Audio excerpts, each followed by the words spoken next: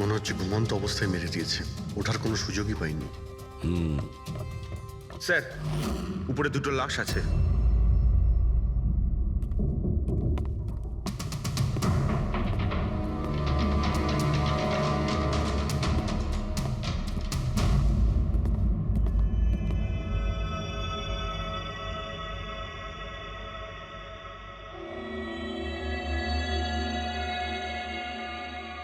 মনে হচ্ছে চাকরের চিৎকার শুনেও বাইরে এসেছিল, আর খুনি ওকে এখানেই মেরে দিয়েছে। বেডরুমেও একটা লাশ।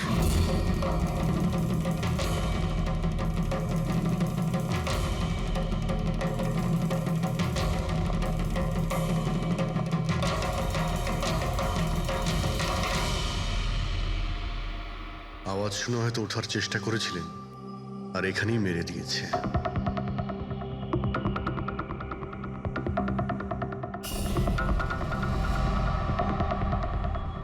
লকার থেকে কি কি চুরি হয়েছে আপনি কি জানেন কিছু? স্যার 10 কোটি টাকার হিরে ছিল। 2 সপ্তাহ আগে আমি পলিসিও করিয়েছিলাম, সমস্ত হিরে নিয়ে চলে গেছে। হিরে? স্যার, একটা অস্ত্র বাথরুমে।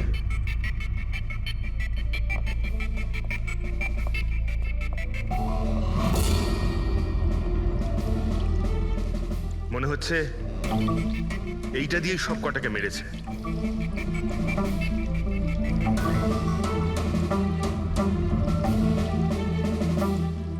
এটা খুব ভালো মতো পরিষ্কার করে দিয়েছে। তাও আবার সাবান দিয়ে। মনে হচ্ছে না এতে কোনো প্রমাণ পাবো। ভাই, এ তো একটা বিপজ্জনক খুনি। প্রথমে 3-3টে খুন করে, আর তারপরে বাথরুমে বসে অস্ত্রটা পরিষ্কারও করে দেয়। সাইকোপ্যাথ। আচ্ছা, এই হীরের ব্যাপারে আরো কেউ কি জানতো? স্যার 3 জন লোক জানতো। কারা? আসুন দেখাচ্ছি স্যার। একজন তো ওনার ভাইপো কমলেশ, 2 জন এমপ্লয় ছিল, সতীশ আর স্যার মানিক। আসুন স্যার, আমি দেখাচ্ছি আপনাদের।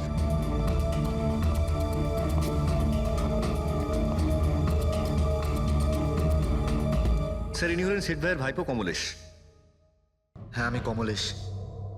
ওনারা আমার কাকু কাকিমা ছিলেন। আর এ হলো মানিক আর ও সতীশ। হ্যাঁ স্যার, ওই হিরে পলিশ করার কাজ আমাকে আর মানিক স্যারকে দিয়েছিল। আর স্যার, আমার 10 কোটি টাকার হিরে নিয়ে চলে গেল। আমি তো বরবাদ হয়ে গেলাম। কোথা থেকে আমি ফেরত পাবো বলুন? আপনি হয়তো ভুলে যাচ্ছেন 3-3টে খুন হয়েছে এখানে। ওনাদের জীবন হীরের থেকে অনেক বেশি মূল্যবান, বুঝেছেন আপনি? বাইরে গিয়ে দেখি, হয়তো কেউ কিছু দেখেছে।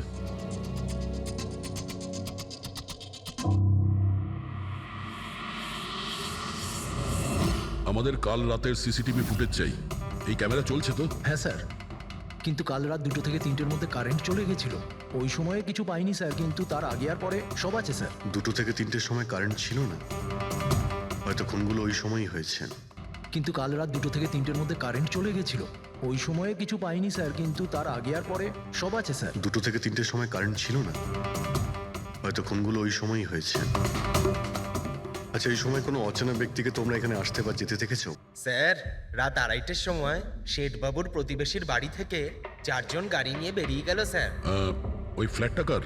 ওটা প্রেরণা ম্যাডামের স্যার। প্রেরণা ম্যাডাম আর ওনার বাবা মা ওখানেই থাকেন স্যার। গত মাস থেকে ওনার বাবা মা ওনার গ্রামে চলে গেছেন, আর ওনার গাড়ি নিয়েই সবাই গেছে। হ্যাঁ স্যার, ওরা তাড়া করছিলেন, এছাড়া টেনশনও করছিলেন। আমরা বেশি মন দিতে পারিনি, আসলে আমরা কারেন্টের ব্যাপারটা দেখছিলাম। ওই গাড়ির ডিটেলস আছে তোমাদের কাছে? পেয়ে যাবে। এই বাচ্চারা নিশ্চয়ই কিছু জানে এই ব্যাপারে। সব জায়গাতে অ্যালার্ট করে দিন, পালিয়ে যাবে কোথায় ওরা। স্যার, কিছু এমনিতে দেখি বা শুনিনি, কিন্তু একটা আজব ব্যাপার হয়েছে কালকে। মোটামুটি 1 ঘন্টা অবধি কারেন্ট ছিল না রাত্রে। হ্যাঁ স্যার, হ্যাঁ। স্যার, এটা ক্রস এরিয়া, এখানে লোডশেডিং হয় না। কারেন্ট তো নিজে থেকে যায়নি, খুনি জেনে শুনেই পাওয়ার সাপ্লাইটা কেটে দিয়েছে।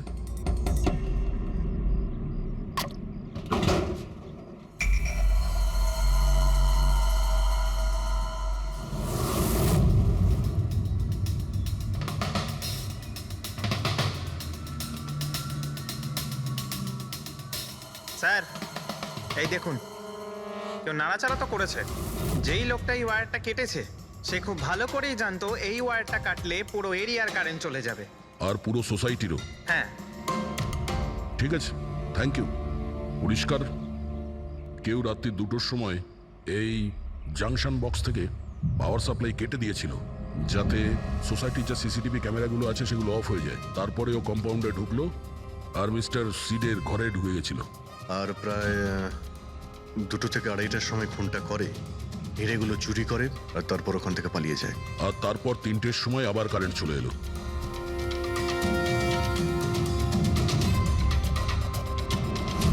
স্যার আপনার থিওরিতে একটু গন্ডগোল দেখতে পাচ্ছি। কি গন্ডগোল আছে? ওই 3 জনের মৃত্যু 2 থেকে 3টের মধ্যে হয়নি। কি? তাহলে কখন মারা গেছে? এর ধরো 1 ঘন্টা সোয়া 1 ঘন্টা আগে, মানে 1:45 থেকে সোয়া 1টার মধ্যে। এটা কি করে সম্ভব ডক্টর? দয়া, এই 3 জনের বডির টেম্পারেচার আর বডির ভেতরের পরিস্থিতি এই কথাই বলছে যে এদের মৃত্যু 1:45 থেকে সোয়া 1টার মধ্যেই হয়েছে। আর তার ওপর এই মিস্টার সৈয়দের ঘড়ি।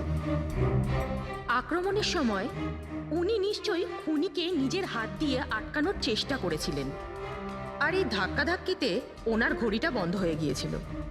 এখন ঘড়িটা সময় দেখাচ্ছে 12:55। 12:55? কিন্তু স্যার, যদি খুনগুলো 12টা থেকে 1:45টার মধ্যে হয় তাহলে খুনি হয়তো তার আগেই এসেছিল। কিন্তু বিল্ডিং এর লাইটগুলো তো 2টো পর্যন্ত অন ছিল স্যার, আর সিসিটিভি ক্যামেরাও কাজ করছিল। আর বিল্ডিং এর সিকিউরিটি খুব ভালো স্যার।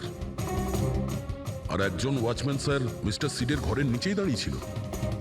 আমরা সিসিটিভি ফুটেজ চেক করেছি, 2টো পর্যন্ত তো খুনি বিল্ডিং এ ঢোকেইনি। তাহলে এলো কখন?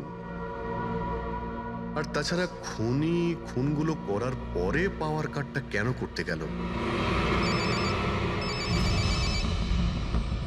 ফ্রেডি। হ্যাঁ ফ্রেডি।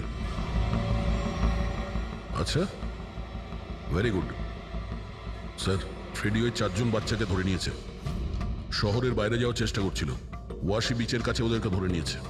Great work. সবাইকে নিয়ে এই বিউরোতে আসতে বলো।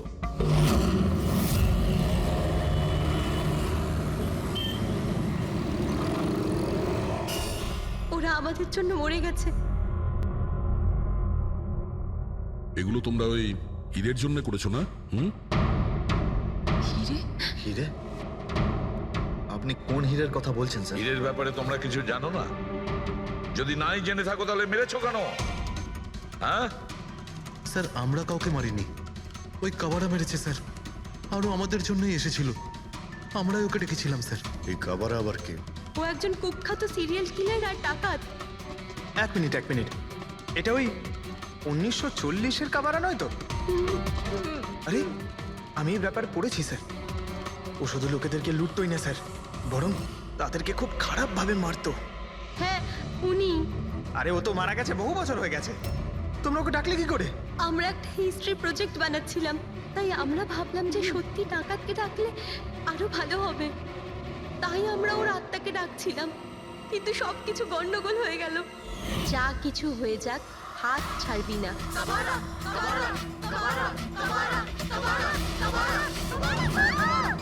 তোরা হাত কেন ছেড়ে দিলি রবি? তোরা জানিস এটা কত ভয়ঙ্কর হতে পারে? Guys, let's just change the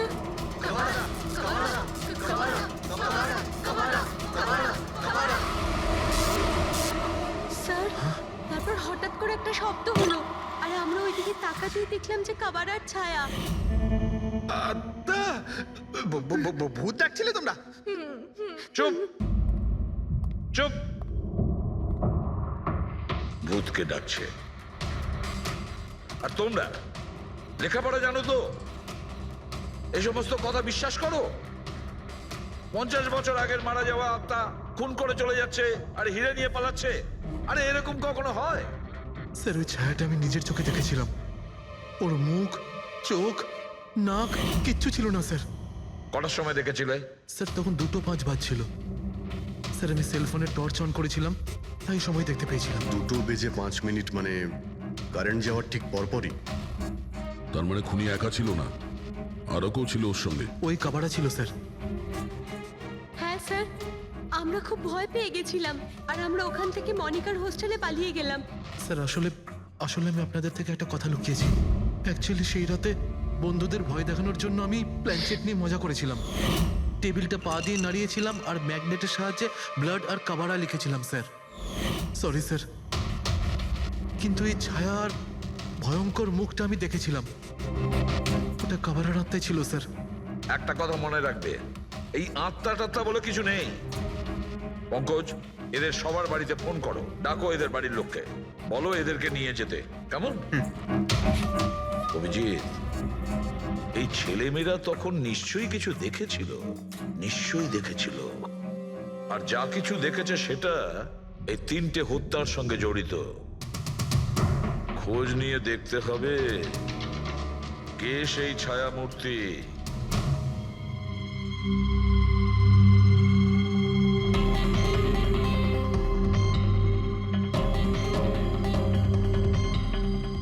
মনে হচ্ছে ওরা খুনিকে দেখেছিল। হ্যাঁ স্যার, আর খুনি হলো ওই কাবারা। আরে ভাই, ব্যালকনিতে গিয়ে দেখে আসি, কোনো না কোনো প্রমাণ নিশ্চয়ই রেখে গেছে কাবারা তোমার জন্য।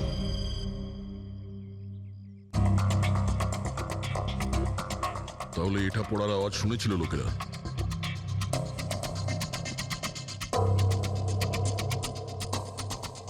স্যার, ওটা শেঠেদের ব্যালকনি।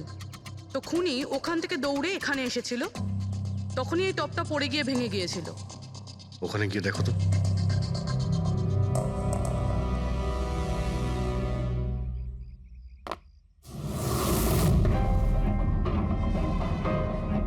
স্যার, ছাপটা ক্লিয়ার নয়, তবে মনে হচ্ছে এটা 7 নম্বরের জুতো।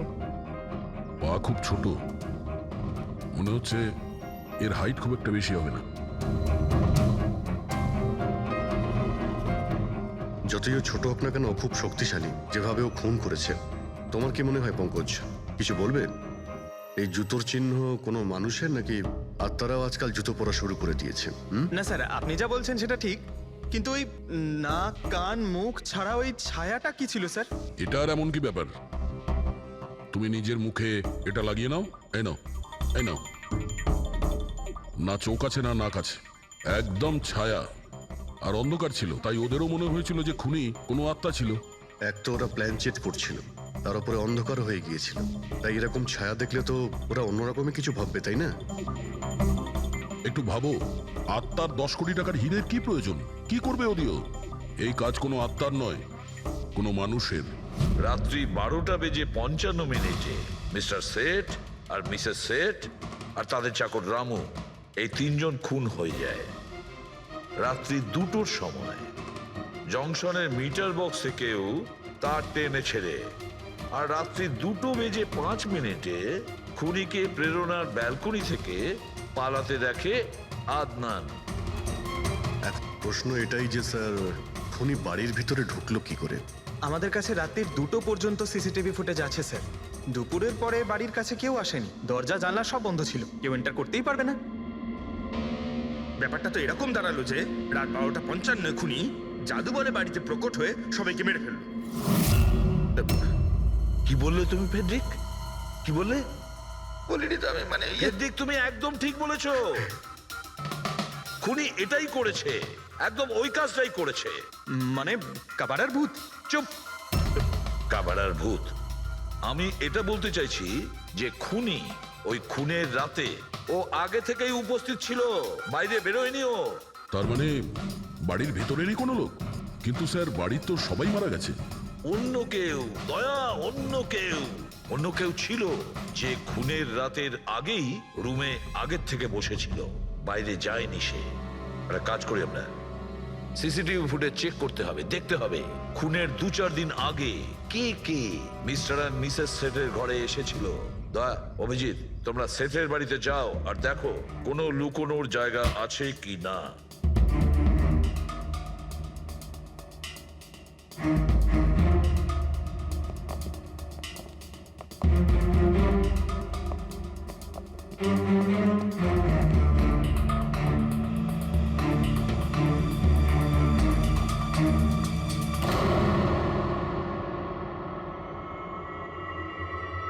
দয়া, এই পিঁপড়েগুলো দেখো উপরে যাচ্ছে।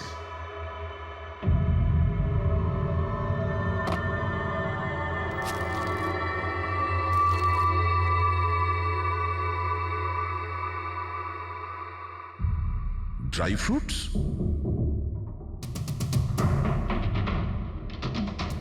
ড্রাই ফ্রুট নিয়ে ও হয়তো এখানেই লুকিয়ে বসেছিল।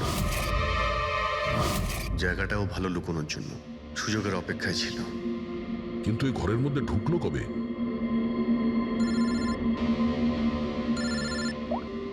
হ্যাঁ স্যার, ফুটেজ সোসাইটির অফিসে দেখে নিচ্ছি স্যার। হ্যাঁ হ্যাঁ, ফোনটা অন আছে, ফোনটা স্পিকারে আছে।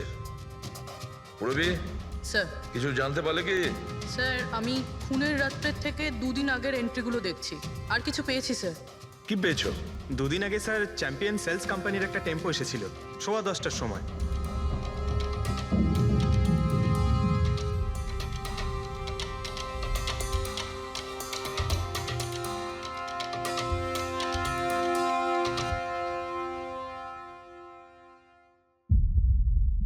আর স্যার তার পরের দিন মানে খুন হওয়ার ঠিক 1 দিন আগে চ্যাম্পিয়ন সেলসের টেকনিশিয়ান মিস্টার শেঠের বাড়িতে এসেছিল, 1 ঘন্টা থেকে চলে গিয়েছিল।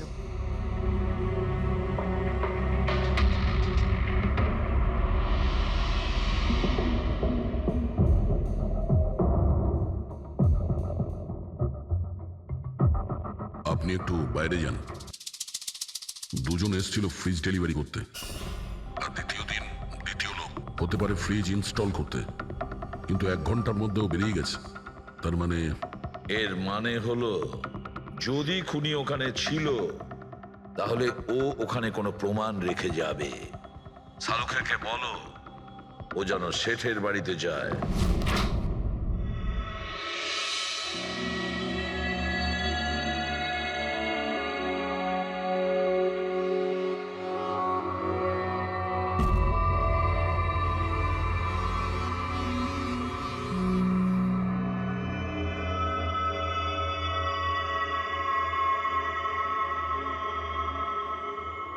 কিছু পাওয়া গেল ডক্টর?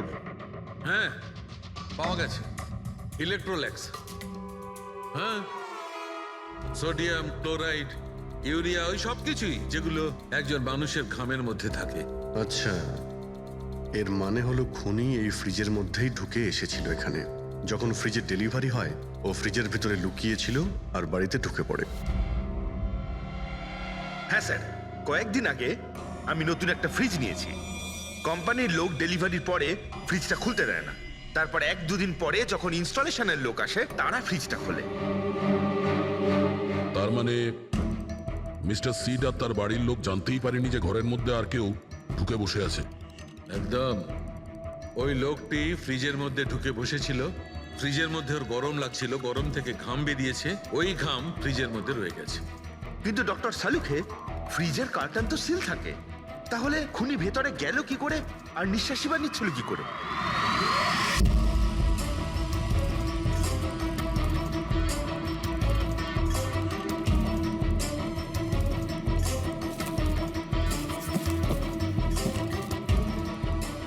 এই দেখো, এখান থেকে শ্বাস নিচ্ছিল। এ তো দেখছি ট্রোজান হর্সের গল্প হয়ে গেল। Trojan horse? সেটা আবার কি?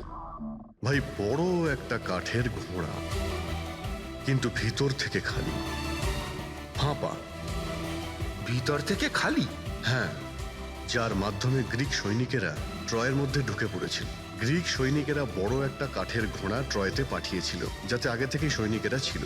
ট্রয়ে পৌঁছানোর পরে সৈনিকেরা বাইরে বের হয় আর তারপর ট্রয়ের উপরে আক্রমণ করে। এই খুনিও একই উপায় অবলম্বন করেছিল আর সফলও হয়েছিল।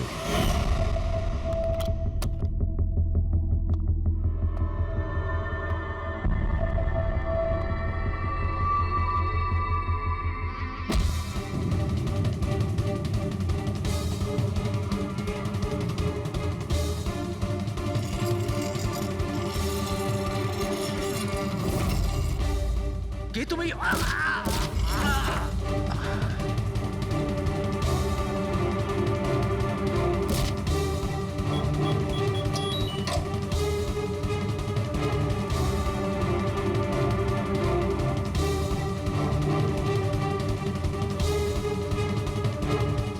আর পালিয়ে যাওয়ার আগে ও নিজের হাত ধুয়েছিল, অস্ত্রটাও পরিষ্কার করেছিল, আর ঠিক 2টোর সময় ওর যে সঙ্গী নিচে ওয়েট করছিল সে পাওয়ার সুইচ অফ করে দিয়েছিল, আর অন্ধকারের সুযোগ নিয়ে ও এখান থেকে পালিয়ে গেছে।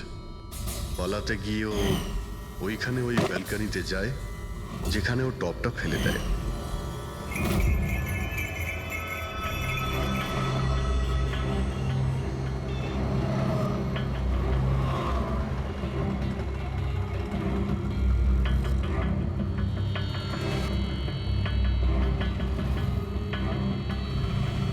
স্যার, ইনি চ্যাম্পিয়ন্স কোম্পানির ম্যানেজার। স্যার আমি রেকর্ডস আবার চেক করেছি, শেঠজি আমাদের বহুদিনের কাস্টমার। আপনি ম্যানেজার? হ্যাঁ। আর তো তোমরা কৈলাস আর মানব, হ্যাঁ, স্যার। তোমরা ফ্রিজ ডেলিভারি করতে এসেছিলে শেঠ সাহেবের বাড়িতে, তাই তো? হ্যাঁ স্যার। আর তুমি রানা, তুমি ফ্রিজ ইনস্টল করেছিলে? হ্যাঁ স্যার। কিন্তু কি হয়েছে স্যার? মিস্টার সেট, ওনার স্ত্রী আর ওনার কাজের লোক খুন হয়েছেন। কোন? কিন্তু স্যার আমরা তো কিছুই করিনি স্যার। হ্যাঁ, স্যার। আমরা তো অ্যাসাইনমেন্ট পেয়েছিলাম, আমরা গোডাউন থেকে ফ্রিজ তুলেছিলাম আর ওনার বাড়িতে ডেলিভারি দিয়েছিলাম। কিন্তু স্যার এটা তো আমাদের রোজের কাজ স্যার। হ্যাঁ স্যার, একটা কথা বলার আছে। ওই ফ্রিজটা স্যার একটু বেশি ভারী ছিল, প্রায় 30-35 কিলো বেশি ছিল স্যার। হ্যাঁ স্যার, আমরা এই ব্যাপারটা নিয়ে কথাও বলছিলাম। আমরা ভাবলাম যে কোনো নতুন মডেল হবে। স্যার আমি এদের লগবুক চেক করেছি। এরা দুজনে 9টার সময় গোডাউনে পৌঁছেছিল, আর 9:30টার সময় টেম্পোতে ফ্রিজটা লোড করেছিল, আর 10:15টার সময় এরা ওই ফ্রিজটাকে মিস্টার সিডের বাড়িতে ডেলিভারি করে ওখান থেকে বেরিয়ে গেছিল। এর মধ্যে তো কেউ ফ্রিজের ভিতরে ঢুকতে পারবে না। যা কিছুই হয়েছে 9:30টার আগেই হয়েছিল স্যার। স্যার এই খুনি রাত্রেই বোধহয় ফ্রিজের মধ্যে ঢুকে বসেছিল। মিস্টার রানা, আপনি গেছিলেন ওখানে ফ্রিজ ইনস্টল করতে। ফ্রিজের প্যাকিংয়ে আপনার কোনো গন্ডগোল লেগেছিল? মানে এরকম মনে হয়েছিল কি প্যাকিংটাতে কোনো গন্ডগোল আছে? সেরকম কিছু ছিল না স্যার, প্যাকিংটা শুধু ভালো ছিল না, কার্টুন আর ভিতরে থার্মোকল পুরো ভাঙা ছিল, যেন কোনো ইঁদুর কেটেছিল। আমার একটু অদ্ভুত লেগেছিল, তাই গিয়ে ফ্রিজটা চেক করলাম। ফ্রিজ একদম পারফেক্ট ছিল স্যার, ওতে কোনো ড্যামেজ বা ফল্টও ছিল না। তাই আমি ওদেরকে এই কথাগুলো বললাম না, কারণ ওরা ফ্রিজটা ফেরত দিয়ে দিত আর আমাদের কোম্পানির নাম খারাপ হয়ে যেত। থার্মোকল ভেঙে দরজায় হয়তো ঢুকিয়ে দিয়েছিল, যাতে ও শ্বাস নিতে পারে। এই ফ্রিজের ওজন 40 কিলোর বেশি ছিল। আর ওই জুতোর ছাপ যেটা পেয়েছি 7 নম্বরের, মানে এটাই বলতে চাইছি এই লোকটা কোনো অ্যাভারেজ হাইটের ফিটের নয়। এই জন্যই তো ফ্রিজের ভেতরেও সেট হয়ে যায়। ম্যানেজার বাবু, হ্যাঁ স্যার। মিস্টার শেঠের বাড়িতে যে ফ্রিজটা পাঠানো হয়েছিল সেম ফ্রিজ এখানে একটা আনান। ঠিক আছে স্যার। গেটুকে ডেকে পাঠাও।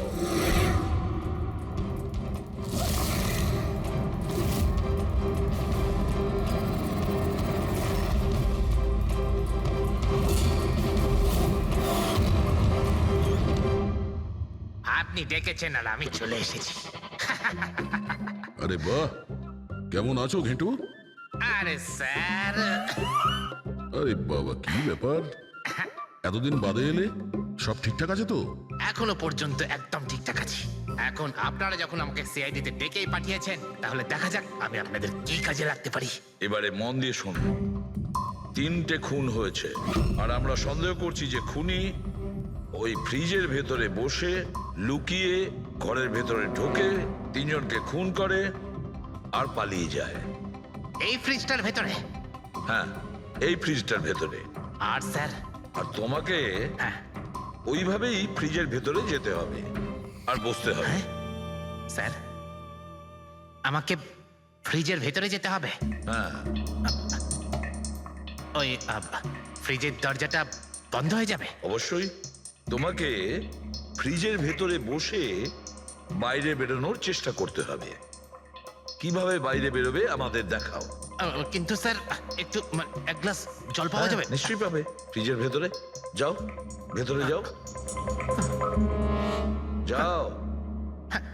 যাচ্ছি স্যার। চল কেটু, চলে যা ফাঁসি কাটে। আজকে হয়ে গেছিস তুই বলির পাঠা। যাচ্ছি স্যার।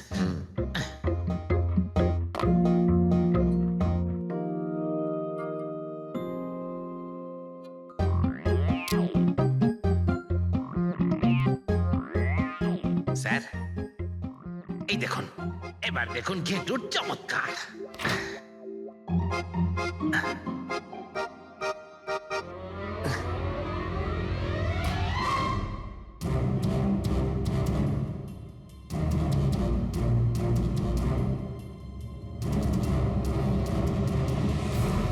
ঘেটু ঘেটু বাইরে বেরোনোর চেষ্টা করো। স্যার ভেতর থেকে খুলতে পারছি না, আপনাকে হেল্প করতেই হবে। ঘেটু ঘেটু বাইরে বেরোনোর চেষ্টা করো। ছুরি তো তোমার কাছে আছে। ঘেটু হ্যাঁ স্যার, স্যার আমাকে বের তাড়াতাড়ি করো বের করুন বের স্যার। করো ওকে বাইরে। মনে হচ্ছে আরে ওর স্যার, দম বন্ধ শ্বাসকষ্ট হয়ে যাচ্ছে হচ্ছে। স্যার।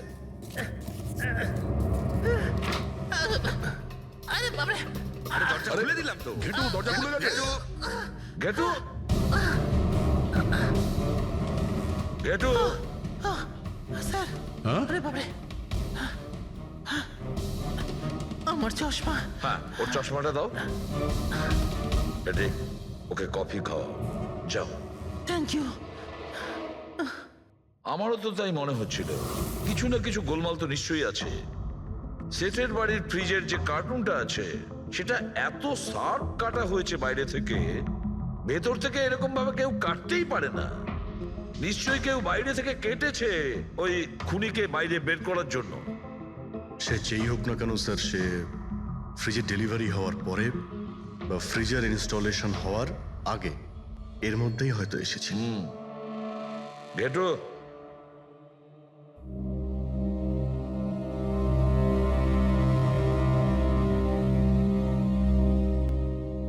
ঘেটু একটা কাজ করো, আমাদের ওই খুনি রোগা পাতলা 30-40 কিলো ওজনের হবে, তবে শক্তিশালী এমন কোন লোককে খুঁজে বের করো যার কাছে হঠাৎ করে অনেক টাকা এসেছে, যে জুয়া খেলে ফালতু অনেক কিছুতে খরচা করছে, এমন কোন লোক। সেই আমাদের খুনি হবে। স্যার হ্যাঁ পুরবি। স্যার ফ্রিজের ডেলিভারি আর ইনস্টলেশনের মাঝখানে মিস্টার শেঠের ঘরে 3 জন এসেছিলেন। প্রথম জন হচ্ছেন পান্নালাল। হ্যাঁ পান্নালাল সুরাট থেকে হিরে নিয়ে এসেছিল আর মিস্টার শেঠের বাড়িতেই ছিল। স্যার হিরো তো ওনারই ছিল, তাহলে উনি খুন করলেন কেন? হতে পারে ওই হীরের ইন্স্যুরেন্স করেছিল, আর ইন্স্যুরেন্সের কোম্পানি থেকে ডবল লাভ নেবার জন্য এই সমস্ত খেলা খেলেছিল। আর স্যার দ্বিতীয় জন হলো মানিক, ও মিস্টার শেঠের কোম্পানিতে কাজ করে। আচ্ছা, এই হীরের পালিশ তো এই করতো না স্যার? হতে পারে ওর হয়তো লোভ জন্মে গিয়েছিল। আর তৃতীয় জন মিস্টার শেঠের ভাইপো কমলেশ। হ্যাঁ স্যার, এই কমলেশ আসলে ওদের ওখানে থাকে না, ওর কোম্পানিতে কাজ করতো, কিন্তু হীরের ব্যাপারে কিন্তু ও সবকিছু জানতো। হতে পারে লোভে পড়ে ওদের সবাইকে খুন করে দিয়েছে। ঘেটু। হ্যাঁ বলো ঘেটু বলো।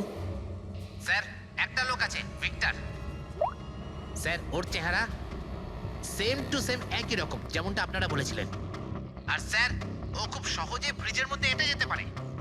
আর স্যার কয়েকদিন থেকে ও বেশ অদ্ভুত ধরনের কথাবার্তা বলছে, যেন যেন বড় একটা গুপ্তধনের খোঁজ পেতে চলেছে, অথবা ও যেন গুপ্তধন পেয়ে গেছে।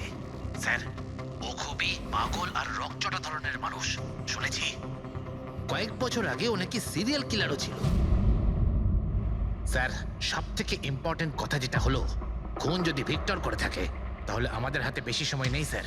হয় ও দেশ ছেড়ে দিয়েছে, না হলে দেশ ছাড়ার মতলব ভাবছে। ভিক্টর তো একটা মাধ্যম, ওর পেছনে অন্য কেউ নিশ্চয়ই আছে। এই ভিক্টর দেশ ছেড়ে পালানোর চিন্তা করছে। পালিয়ে যাবে কোথায় স্যার? ওকে পালাতে দিলে তো ওর ফোনের লোকেশন থেকে জানতে পারবো কোথায় লুকিয়ে বসে আছে। অনেক পরিশ্রম করতে হয় সিআইডিতে। আর স্যার স্যার এখানেই কোথাও আছে তাই না? হ্যাঁ ঘেটু, ওর মোবাইলের লোকেশন ওই আশেপাশে কোথাও দেখাচ্ছে। খুন করার পরে ওখানে লুকিয়ে আছো। ঠিক আছে।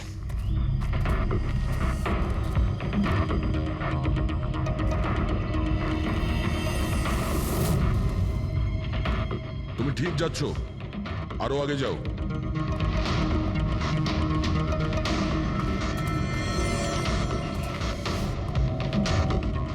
পঙ্কজ স্যার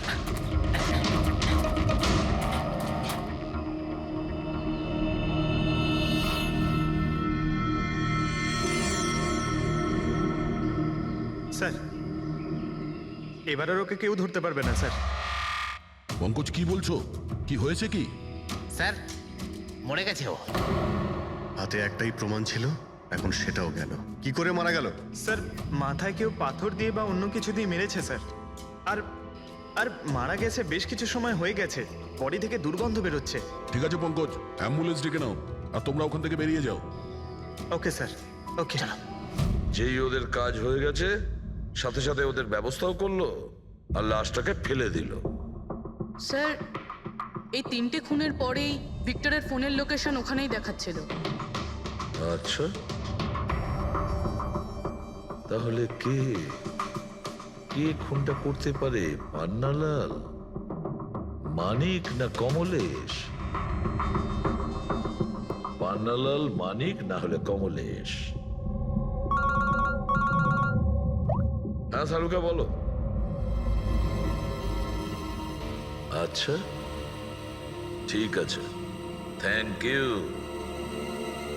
ওই পান্নালাল, মানিক আর কমলেশ, ওই 3 জনকে ফরেন্সিক ল্যাবে ডাকো। আসল অপরাধী কে সেটা জানা গেছে।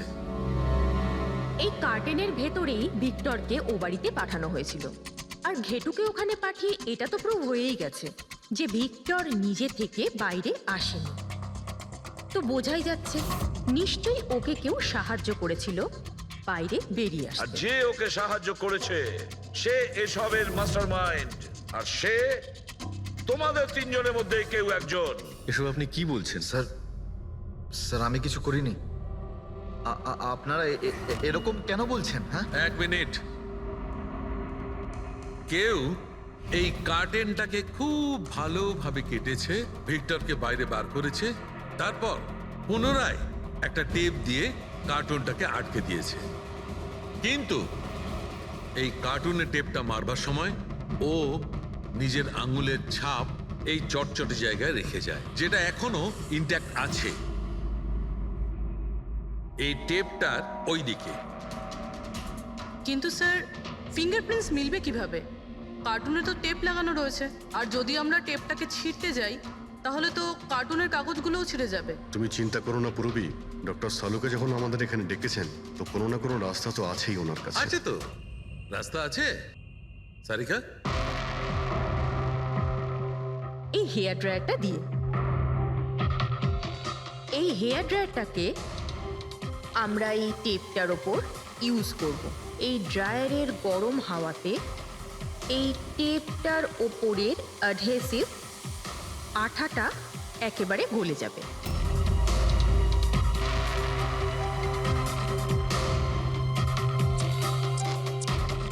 এই দেখুন, ফিঙ্গারপ্রিন্টস পরিষ্কার দেখা যাচ্ছে। আরে দারুণ করলেন সারিকা দেবী, সত্যিই অপূর্ব। ফিঙ্গারপ্রিন্ট একদম পরিষ্কার দেখতে পাওয়া যাচ্ছে। হ্যাঁ, এবার শুধু ওদের সঙ্গে ম্যাচ করে দেখতে হবে।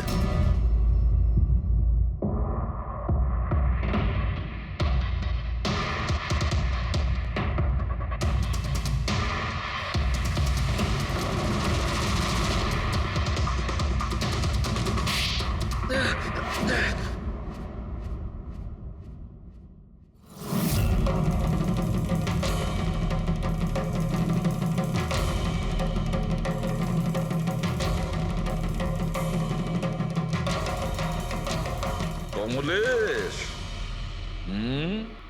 হ্যাঁ আমি করেছি। আমি ওই হিরেগুলোর ব্যাপারে জানতাম, আর আমি এটাও জানতাম যে ওরা একটা নতুন ফ্রিজ নিতে চলেছে। আর তখনই আমার মাথায় একটা প্ল্যান এলো। আমি ওই ফ্রিজটাকে ফ্রোজেন হর্সের মতো ইউজ করে ভিক্টরকে ওই বাড়িতে পৌঁছলাম। তারপর আমার হিরের লোভ হয়ে গেছিল। তারপরও রাতে বাড়ি এসে পৌঁছলো। তারপর সুযোগ দেখে আঙ্কেলের ফ্রিজটায় গিয়ে আমি লুকিয়ে গেছিলাম। আর তারপর ডেলিভারির পরে তুমি ওনার বাড়িতে যাও আর ভিক্টরকে ফ্রিজ থেকে বাইরে বের করো। সেই রাতে আমি কাকুর বাড়িতেই লুকিয়েছিলাম।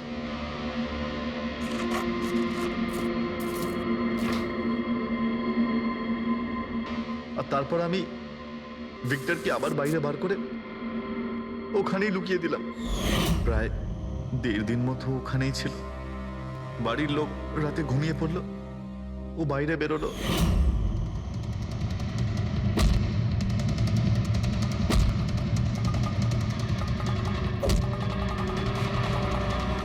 ও সবাইকে মারলো। আর তারপর হিরে চুরি করে আমার জন্য অপেক্ষা করছিল। ও তাই ভিক্টর নিজের হাত আর অস্ত্র পরিষ্কার করছিল, কারেন্ট অফ হওয়ার জন্য অপেক্ষা করছিল, তাই তো? হ্যাঁ, তারপর আমি ভিক্টরকে আমার সাথে নিয়ে গেলাম।